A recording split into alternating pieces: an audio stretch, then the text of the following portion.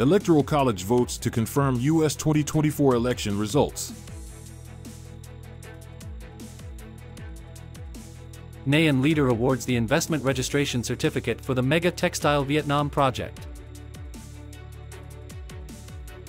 Vietnamese tend to choose travel abroad on Lunar New Year holiday.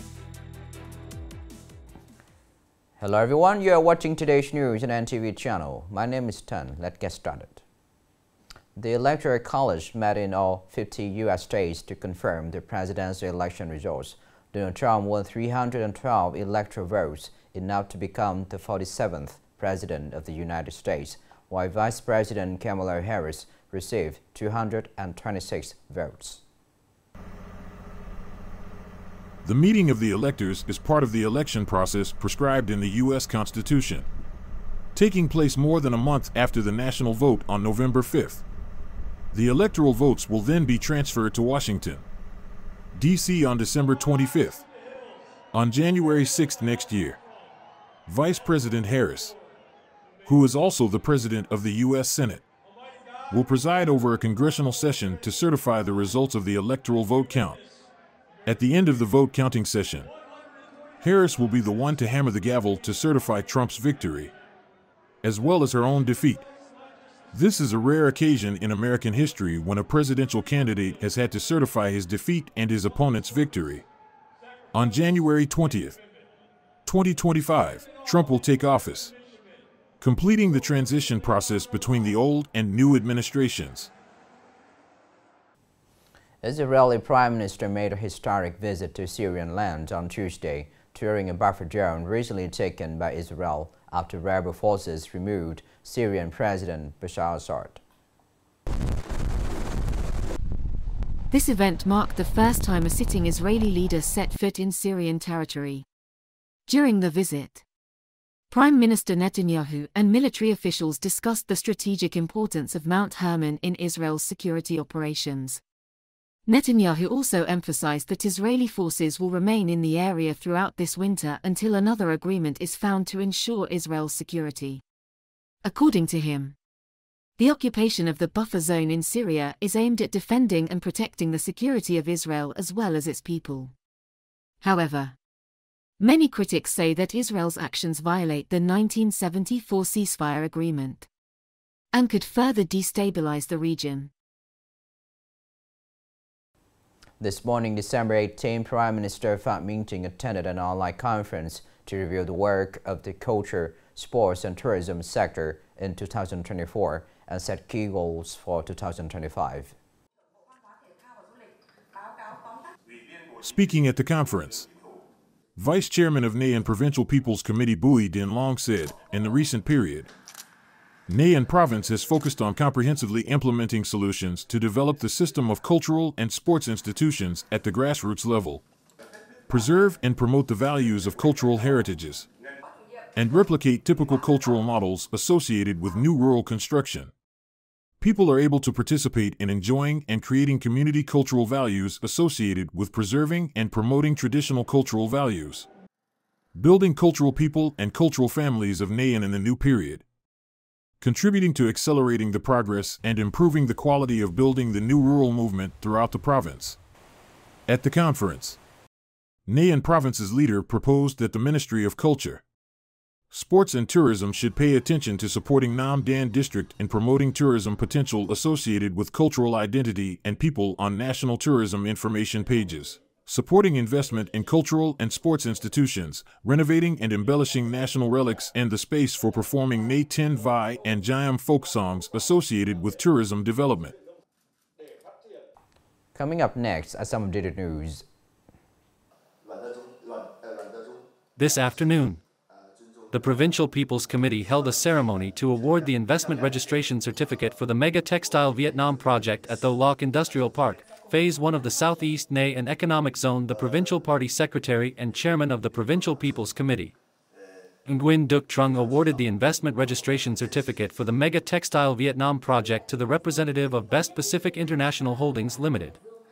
This is a closed production facility from weaving, dyeing, finishing, to high-tech, automated, efficient, and environmentally friendly garments.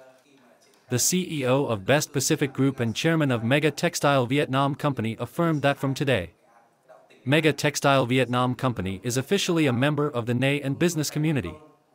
This investment project will create opportunities for Best Pacific and Nghe An to promote and develop the textile and garment industry in the Vietnamese market. The project, when put into operation, will contribute to increasing export turnover in products, creating jobs for about 15,000 local workers, while proving that Nghe An's investment environment is very attractive for many foreign investors.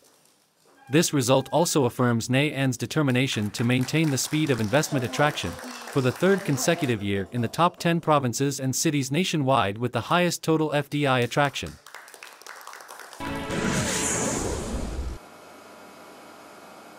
Vietnam has taken many drastic actions to develop the semiconductor industry.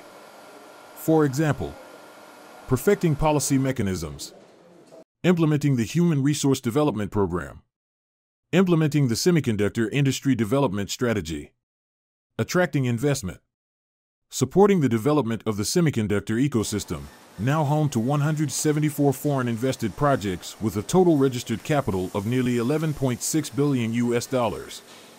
The Ministry of Planning and Investment has contacted and worked with many leading technology corporations and has specific plans to shift their supply chains to Vietnam, establish research centers, and expand manufacturing operations in the country.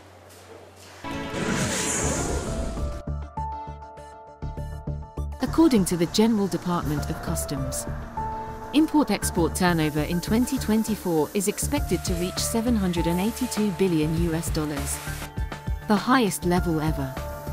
Specifically, Vietnam's import-export value as of December 14th reached nearly $745.4 billion, of which exports were $384 billion. The customs agency forecasts that this year's import-export turnover could reach over $782 billion, surpassing the old record set in 2022. With the record mark expected to be reached this year, Vietnam's import-export turnover has more than doubled in 10 years.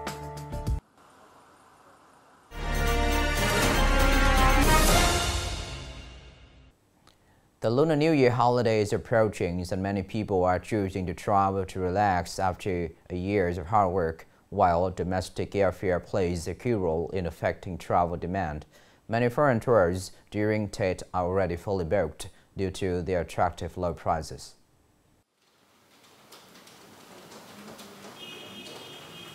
Ms. Lu Thi Hu is a person who loves to explore and experience new lands. To prepare for this year's Tet holiday, she searched for airfare to travel with her family but did not see any feasible options due to the high domestic airfare. She estimated that the cost for 5 people in her family would be more than 35 million VND for airfare alone. So she decided to choose a foreign tour. We also want to choose domestic travel during Tet, but due to the high airfare, we chose a foreign tour. I choose Laos as our destination on Tet holiday. Meanwhile, Mr. Tran Man Quang also takes advantage of the long holiday to go abroad with his friends to change the atmosphere of celebrating the traditional Tet holiday in new land. We chose a tour to China. Our group decide on a road tour to save costs and have a reasonable time to have more experiences.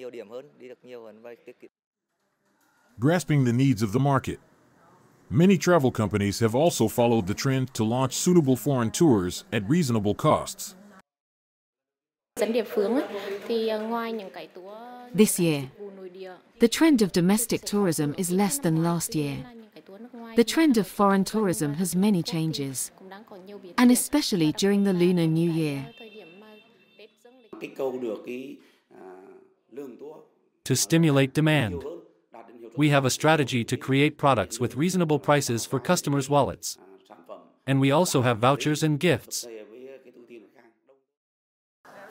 In general, tourists still consider a lot about the cost of airfare. Tourists tend to look for products that combine package deals, hunt for promotional packages from airlines or travel businesses, Plan early and book in advance to enjoy good prices or switch to closer locations to save costs. This is the end of the show today. Thank you for watching.